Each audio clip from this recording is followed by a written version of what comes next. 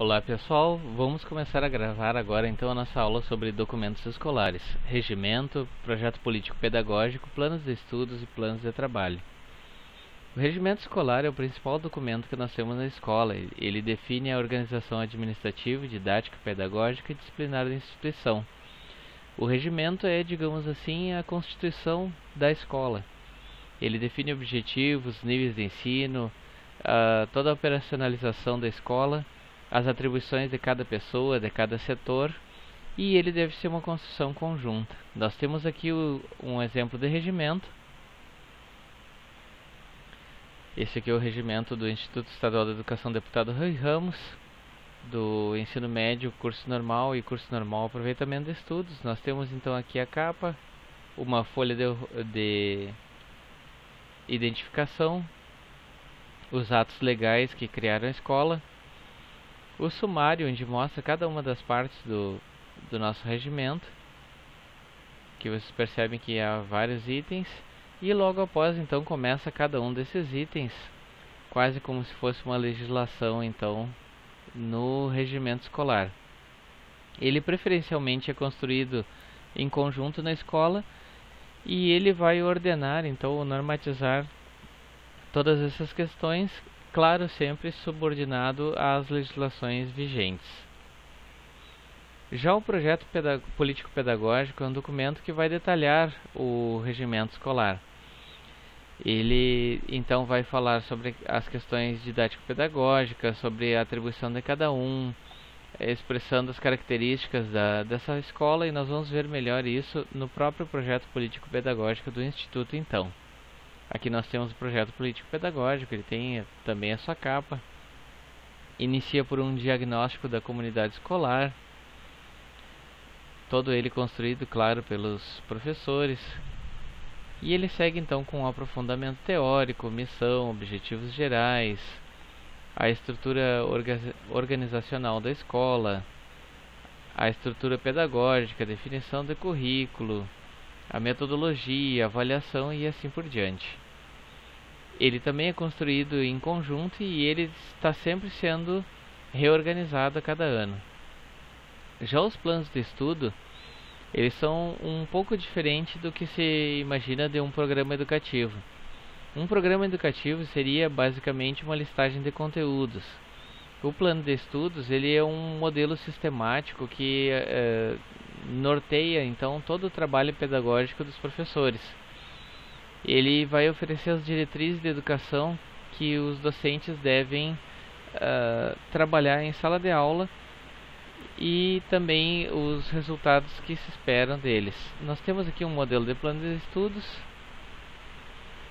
aqui também do Instituto Estadual da Educação Deputado Rui Ramos, do curso normal, aproveitamento de estudos. Então nós temos cada um dos componentes curriculares. Aqui no caso, por exemplo, Libras, a ementa, os objetivos e os conteúdos que serão trabalhados, e também a carga horária em cada uma das turmas. E assim, na sequência, seguem todos os outros componentes curriculares com a mesma formatação: ementa, objetivos, conteúdos e carga horária. Em cada escola, esses planos de estudos vão ser modificados conforme os modelos de cada uma das escolas. E também é óbvio que esses planos de estudo vão sofrendo alterações com o tempo. O plano de trabalho docente, ou simplesmente plano de trabalho, é um documento que cada professor elabora individualmente, ainda que haja mais de um professor de cada componente curricular.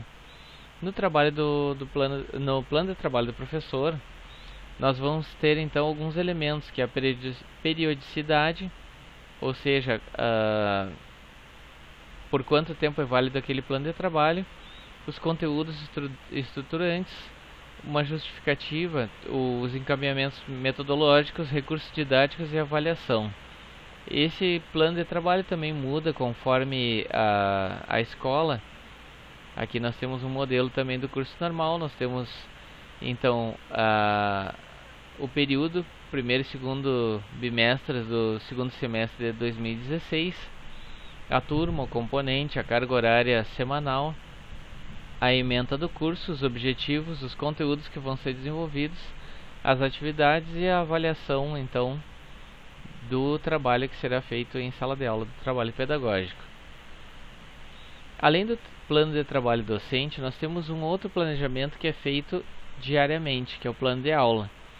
O plano de aula então é o planejamento mais restrito ou para um tempo mais curto, e ele é caracterizado então pela descrição clara e específica de tudo que será realizado durante as aulas, durante cada aula de um período letivo.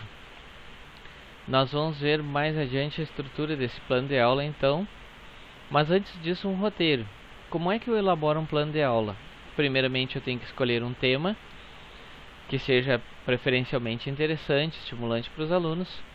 Vou definir quais são os objetivos que eu quero abordar com esse tema. Vou identificar que conteúdos eu vou utilizar para chegar a esses objetivos, estabelecer a duração de cada intervenção que eu vou fazer em sala de aula, escolher os recursos, definir a metodologia e pensar como eu pretendo avaliar se essa minha aula surtiu efeito ou não. Aqui nós vamos ver agora no plano de aula como seria mais ou menos a estrutura no Instituto Estadual de Educação Deputado Rui Ramos. Nós temos primeiramente a data no plano.